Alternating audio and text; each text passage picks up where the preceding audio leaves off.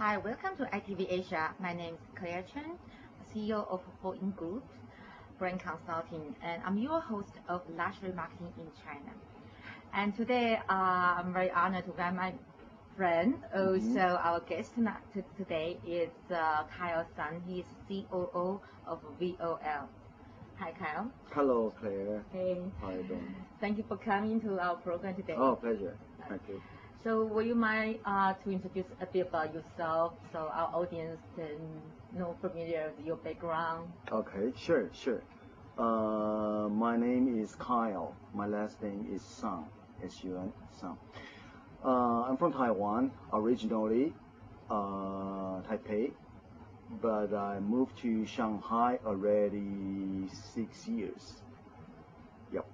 And well, actually, I've been raised up in Taiwan, and afterwards in Taiwan, we have to go to the army. So after I finished the army service, I went to the United States. The last school in the United States was UNLV, which is in Las Vegas. So actually, I'm a hotel major. I'm a hotelier. So food and beverage business, that's my specialty. So after I graduated from the States, I back to Taiwan. I worked for a chain hotel, first a chain hotel in Taiwan.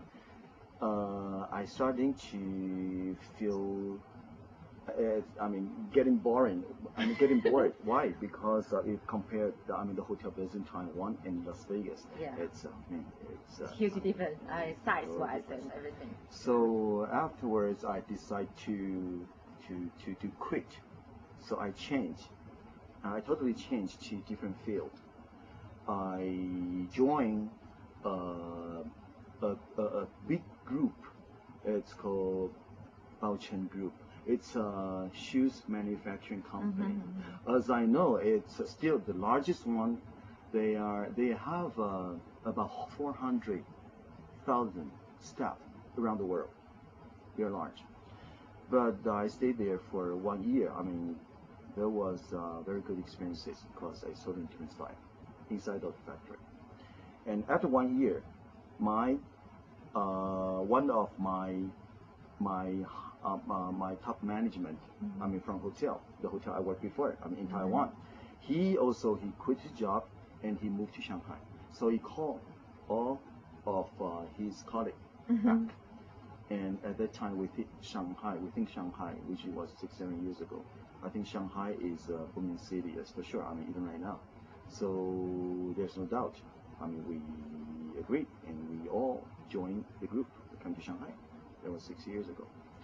And we start from I say food and beverage, I say hospitality consultant management company, starting from this company, which is called VOL. Nowadays. Yeah. And under VOL, we have 5 outlets. So far, we have restaurant, we have bar, we have different type of. Before we even have a Latino bar. Yeah. So, that's about it.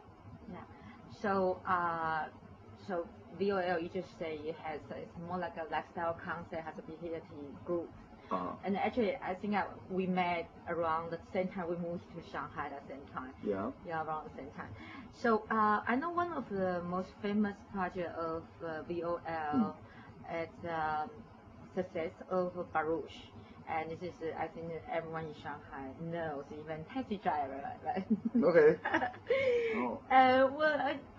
Well, it's still still the number 1 club since launch. And can you just share with us, like what would be the success story behind? Yeah. Maybe this is something we don't know. Okay. And some success story behind the success of Baruch and your other outlet. And what's the secret to still going strong? Okay. First of all, I would rather said we are doing fine instead of we are successful. We are number 1, because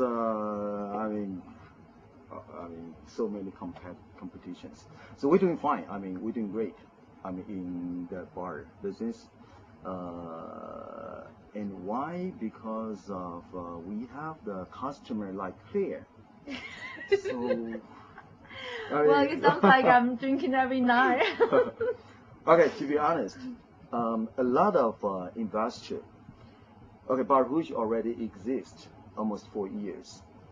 A lot of investors they think bar business you need to only take care of the drinks and the music, which is exactly, I mean, 100% not true.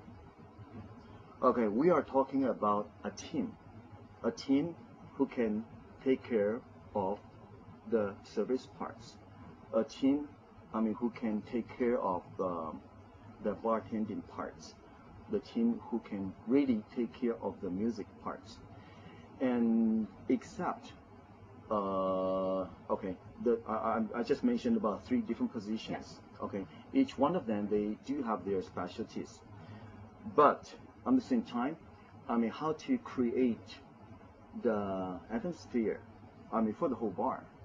I mean, that's, I mean, you gotta have some kind of 默契. Okay? Okay, just for example, I mean, once a while, we have a show. I mean, flaring, or we fire up the bar. Mm-hmm. But we're not doing that like, I mean, every 1 minute, every other 5 minutes. No. It really depends on the crowds. Yeah, and the Depends atmosphere. on, yeah, at the moment, I think the moment, I mean, we think the moment, wow, can do, or the moment we're supposed to do something to heat up, I mean, all the customers, then we do it. But before we do it, maybe we have a whistle, I mean, to tell DJ, or there is, I mean, some kind of Signal. Yeah, signal to DJ. Okay, in 2 minutes, okay, in 1 minute, in 3 minutes, in 5 minutes, we're gonna do something. Okay, he got it. So he started to prepare his CD. I mean, the CD which meet, I mean, the crowds so far. Yeah.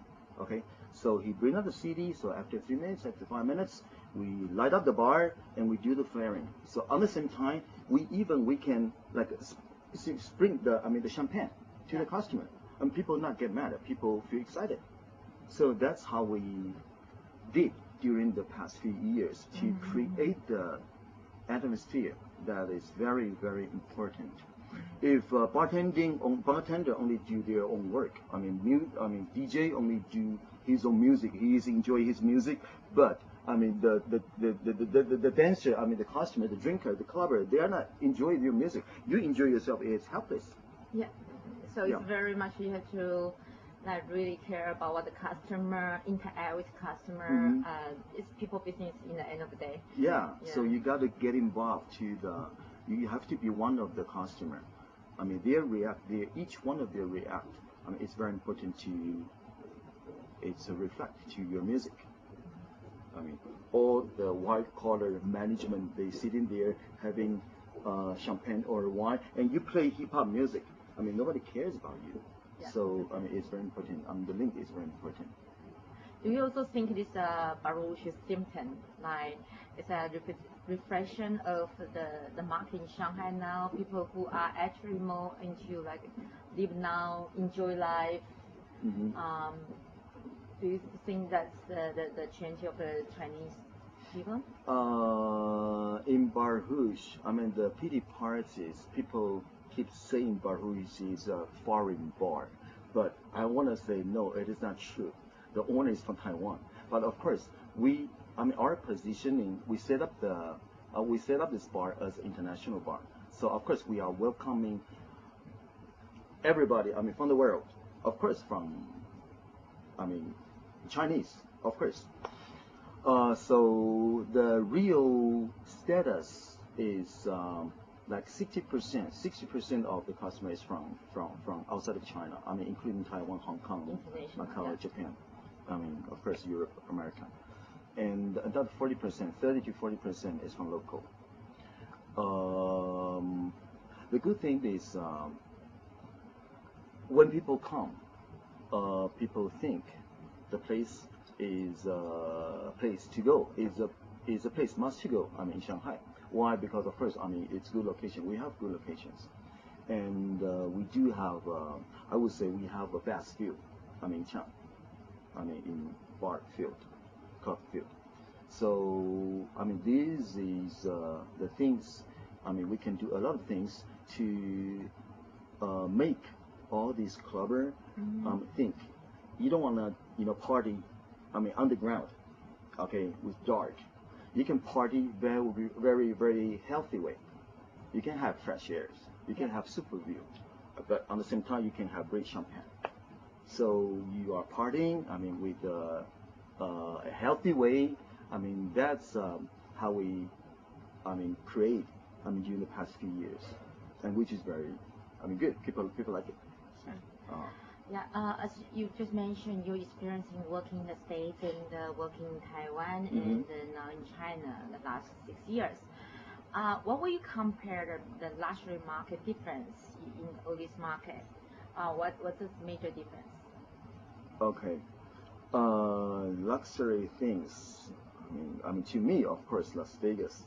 I mean, you can find, I mean, all the first line things. I mean, most luxury things in that town. In Taipei, well, there are a lot of political reasons, so I mean, the market is like up and down, but it should be better. I mean, in the near future, that's what I think. Shanghai, the most excited, I mean, point is this market is booming, as we know, 5 years ago, 6 years ago, and this market still, I mean, still growing. Still growing, and every week, every month, I mean, you still can see the new projects coming up. These few months, of course, because of the international economic crisis, but I would say China market is big influence. I mean, not as big as any other places in the world. The market, I would say the market is still there. I mean, the market is still there, and the market is, the specialty of Shanghai market is they absorb everything. Luxury parts. So you will see more and more luxury brand. I mean, in this town, in Xintiandi area, around the Bund area, you will see more and more. That is for sure. So I say maybe right now, the luxury market in Las Vegas or some other international city more mature, but I'm pretty confident to say Shanghai will be, one of the biggest luxury market in the world in the near future. Thank you. But I have a last question. It's personally, what's your definition of luxury? Okay. You sound shocked when I say personal. I say, what? Yeah, personal. Okay. Okay, personal. I think luxury. What is luxury? Luxury means is a kind of lifestyle. It's not even really fashion. To me, it's really a lifestyle. Okay, a lot of brand, but some brand maybe is not goes well with you, but some other, sub brand maybe look better on you. So I would say it's a lifestyle. Luxury. If you find something which fits you, to me, and you present yourself, present your own personality, just be yourself. I think that is luxury to me. Great, thank you. Thank you for sharing with us your knowledge and your experience of luxury marketing in China. Thank you for watching ITV Asia. My name is Claire Chen. I'm your host of luxury marketing in China. And today our guest is COO Kyle Sun of VOL. Thank you.